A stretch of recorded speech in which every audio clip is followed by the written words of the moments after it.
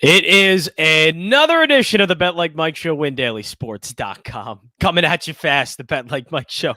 Best 20 minutes of live streaming, WinDailySports.com. Sign up now, WinDailySports.com. By the way, a nice little promotion going on. Check it out on our socials account at WinDailySports or WinDailySports.com. You'll see the promotion as well. But Mike North, how are you?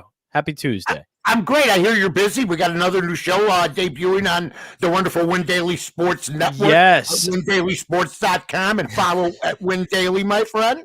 Yes, the Athletes Corner by from Iggy Rodriguez and Prince Amukamara. They are going to be talking with other athletes, life outside of sports, and also, the athletes' profession as well. So plenty of stuff that they can go over and plenty of great guests. The first episode with Justin Forsett, great NFL running back, I remember. You can check that out right now on our YouTube page. Just search up Win Daily Sports, go to our YouTube channel, and it'll be right up there for you. So the Athletes Along Corner, with all check the it other out. shows that are going on, my friend, Yes. we have a ton of them. Just check out Win Daily Sports. Let's talk real quick about last night. I go to bed. It's 4-4. I bought the Cubs with a 1.5 at -1.5. Plus 1.5, -160. I go to bed. I wake up this morning. Forget about throwing cold water in your face, folks. Nothing wakes you up more than a 10-run inning. Believe me, that was destroyed. Your under was destroyed. I knew that happened. Yep. After it was a 2-run homer by this kid Wisdom, who just, he hits a homer every 9-10 at bats right now. He's a good find for the Chicago Cubs. You go 1-2, I go 0-1. A little subpar night. It's going to happen in Major League Baseball. Major League Baseball. Real quick before we get to our topics, and it's the fastest 20 minutes in sports, including the last 5 minutes, which will be our picks. If you don't have any faith in us, you can fade us if you'd like, ladies and gentlemen. But that would be a big, big mistake. That being said, a lot of things going on in sports. Baseball, John, and follow him, not at Johnny J, but you see his Twitter handle. Baseball has been, I think, tougher this year than in the previous 5. Not counting last year. Yeah, it's been a little unpredictable. I mean, just look at who the top team in the National League is. I don't think anybody would have expected that. And now we're throwing on top of it pitchers now not using foreign substances. So that's kind of it's something that's small, but something that's thrown in there that makes a change. And so for somebody like Garrett Cole, maybe it hasn't been working out. So Garrett Cole, all of his props go out the window. Yeah, it's been a constant change this season. It's been already hard to bet, and now they're throwing us another kind of curveball here, so to speak. And it's been difficult. It has been. All right, and here's another thing that's been difficult. I have to sit through nonsense with Scottie Pippen. Okay, Scottie Pippen now looking at skin color as a reason that a play is called in the NBA. Let me just say this about Scottie Pippen. I covered him my whole career and his whole career. We basically, from the time I started at the Score Sports Radio 670, you know what? He has his feelings about me. I have my feelings about him. We never liked each other. I remember we both worked for Montgomery Ward, Electric Avenue. We're both endorsers for Gene McCaffrey. Gene tried to get us together. We never hit it off. And I always, people saying now, has your opinion diminished about Scottie Pippen? I never had a high opinion of Scottie Pippen. And now to use Phil Jackson and use the race card after all these years, and to say that Phil did it because Tony Kukoc was the chosen one and a white guy? No. Tony Kukoc was the better shooter. You only had 1.8 seconds left. The fact that you saw it like that is even more appalling. And I guess my opinion of Scottie Pippen has sunk even lower than it was before, John.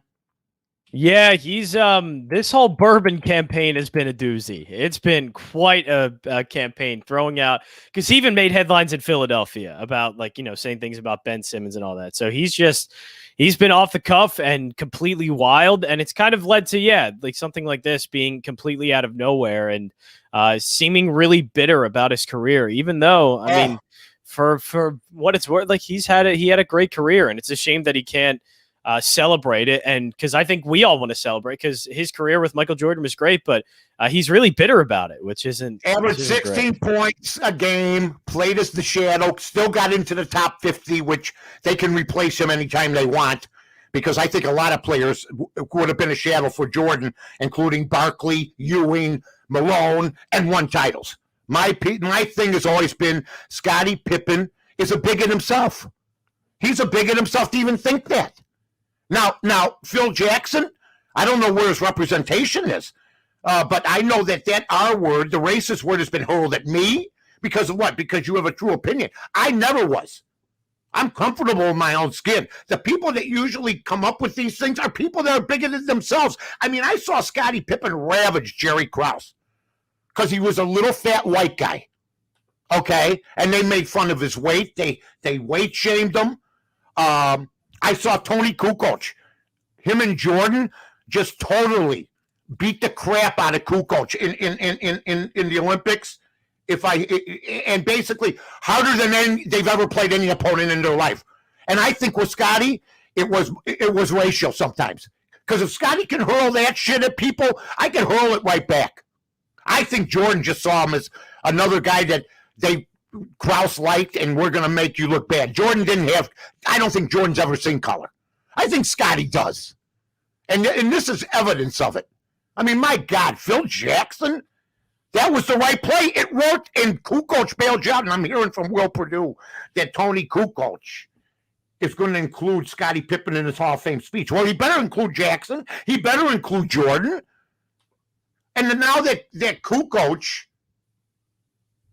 Pippen's saying they're good friends now. That wasn't the way it was back then.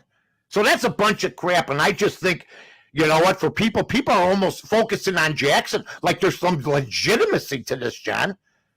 That they call the play because he was a white guy. Give me a break. Give me a break. That's as low as you can get. Yeah, this whole bitterness from Scottie Pippen is just it's odd. And you wish the guy would just be able to celebrate his career somewhat instead of thinking that everybody was against him. But that's the way he feels about it. Jerry Krause made the guy. Jordan and Krause. Take it from me, folks. I was there. He was a guy from Central Arkansas. He walked in, and there was Michael Jordan. But Jerry Krause engineered that trade with Olden Polynice. Genius trade. So you mock the guy that made you. You got no, I mean, really. I mean, I'm not, when it comes to character and morals and everything else, I'm nobody to preach. But my God, have some appreciation for the people that made you. Jordan made you. You never win a championship without him. And anybody that tries to take Pippen's side today has bigoted beliefs anyway. Everybody's prejudiced at some form. Everybody about something. Whether it's about your school, whether it's about your ethnicity, prejudice. Hey, you know what? When you walk in, I always said this, when you walk into a fight, there's a fight on TV, John. You see a black guy fighting a white guy. There's white guys that automatically, when they come in, unless they know the black guy. In other words, if Evander Holyfield was a friend of mine, I always rooted for him. Okay? Always. We're friends now. Always rooted for him. But if you walk in and there's white guys and black guys, and they say, you ask each one of them, who do you think you want? Who do you want to win? You don't know either guy. If they tell you, the black guys, they want the white guy to win and the other way around, they're lying. There's some sort of, this is the way the human spirit is. You do. Hey, you can be a Comanche. You can be an Indian, and you can love all Indians. But if you are a Comanche, you're more preference than you are to the Sioux or the Blackfoot or any other tribe. That's just the way life is. But to call Phil Jackson and to use him as a pawn in the race card, had you ever thought Phil Jackson in your life, John, was prejudiced, was racist? No, but I don't know Phil Jackson, so I wouldn't be able to form any opinion on it. But no, I mean, this is the first time I think we've ever heard something like this. So I don't know what that says about it, but I will say that's the first time I've ever heard of anything about Phil Jackson. Right. Well, I heard today on Keyshawn. I like Keyshawn Johnson. I turn him on in the morning, so I watch him.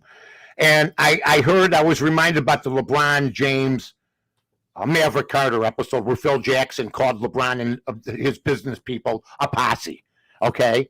And they took umbrage to that. Here's what I'll say to Maverick Carter and LeBron James. You didn't invent the word. It ain't your word to get offended by. And this cold crap, Arsenio Hall used to call his audience his posse when I watched him on the talk show. And when I watched Westerns in the 50s, long before LeBron was born, or Maverick Carter, posse. Look up posse in the dictionary.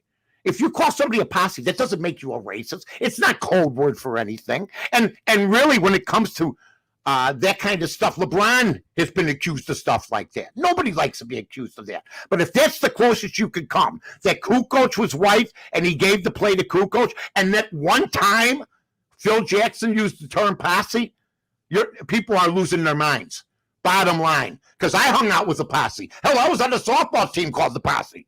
So what does that make me? Give me a break. Look it up in the dictionary. Check it out. For anybody that wants to know, if you're seeing race in that, you're out of your mind. So that's just my opinion. It's crazy, though. Scottie Pippen, you're right. He's been promoted, and he's been an ambassador for the Bulls. Now I understand. I reached out in Twitter, at least, social media, when his son died. Okay? And he just got divorced. He got divorced from his wife. So I understand he's going through some changes. But he's not off the hook on making statements like this. I mean, I saw it with my own eyes. He says Michael Jordan was selfish. You're damn right he was. Everybody wants a selfish guy like Michael Jordan on their team. He wanted to win.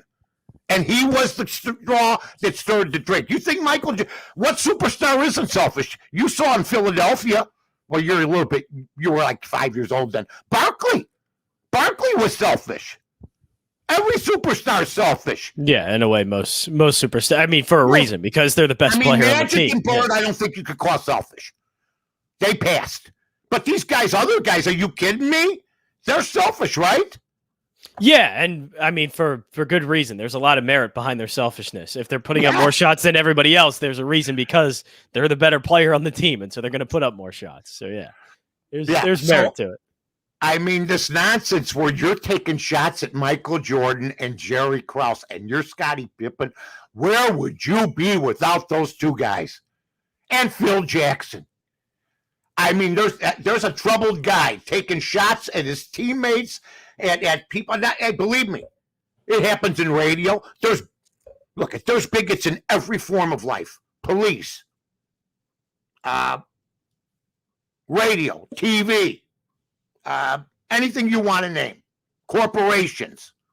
That's why there's laws and stuff like that. But man, you're reaching. And the night that Kukoc made that shot, I was on the air the next day. And you know what I told everybody? This will follow Pippen around forever. But if he would have missed that shot, John Kukoc, right, Pippen would have been gone. That's how it would have been. Because he was cowardly about it. He didn't get off the bench. Bill Cartwright was in tears. You're telling Phil Jackson, I'm not going back in. And yet now he wants to be he wants to use the race card for this. It's just appalling. Hope he gets some help if that's exactly how he feels. And, we'll see what happens with that. Now I'm hearing there's some offers for Ben Simmons. Now let's revisit the Ben Simmons situation. Are you ready to unload him? Because he makes $30 million. Are you ready for a fresh start?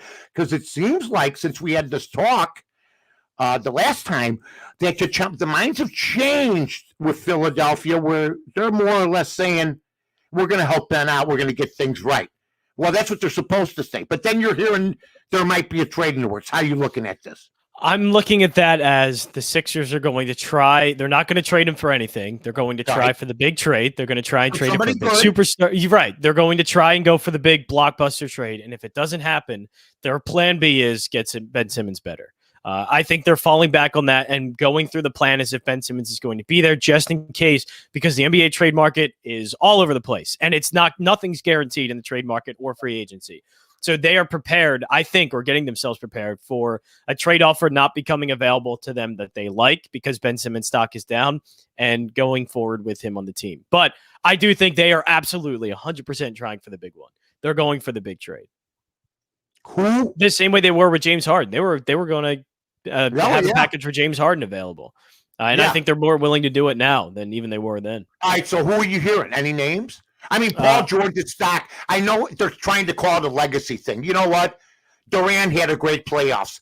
But you know what's the legacy thing if you win a title? Durant had a great playoffs. We're going to forget about it. Paul George had a great game last night. We're going to forget about it. But that doesn't mean he might not be a guy someday that may be on another team. What are you hearing about the guys that they may want? Well, Anybody? the one name now, because every time you would mention this name, it'd always be, oh, well, forget about the Sixers are never going to get him. This guy is going to be available, and that's Damian Lillard. He wants out of Portland. He has made it pretty clear that he wants out of Portland. So I think that means the Sixers are going to be that's a trade that they want. They don't want CJ McCollum. They don't want, everybody wants Buddy Hield. Buddy Hield doesn't do anything for this team. No. D'Angelo Russell is somewhat fits what they need, a primary ball handler that can score, but just not at a high enough level. In order for them to really change their team, to change things around, they need somebody like Damian Lillard. And I think they are absolutely going to put together as big of a trade package as they can to make that happen. All right, that's good stuff here from my guy, Johnny Jansen. Now, ladies and gentlemen, last night coming off a 1-3 night, I said it was a one-unit play mine. I said they weren't darn worth the crap. I don't think John really liked the board either, but we always swing for the fences, see what we come up with. I bet the game last night, so I mean, I remember this. I'm betting the same thing that I'm giving out. A lot of guys never even bet.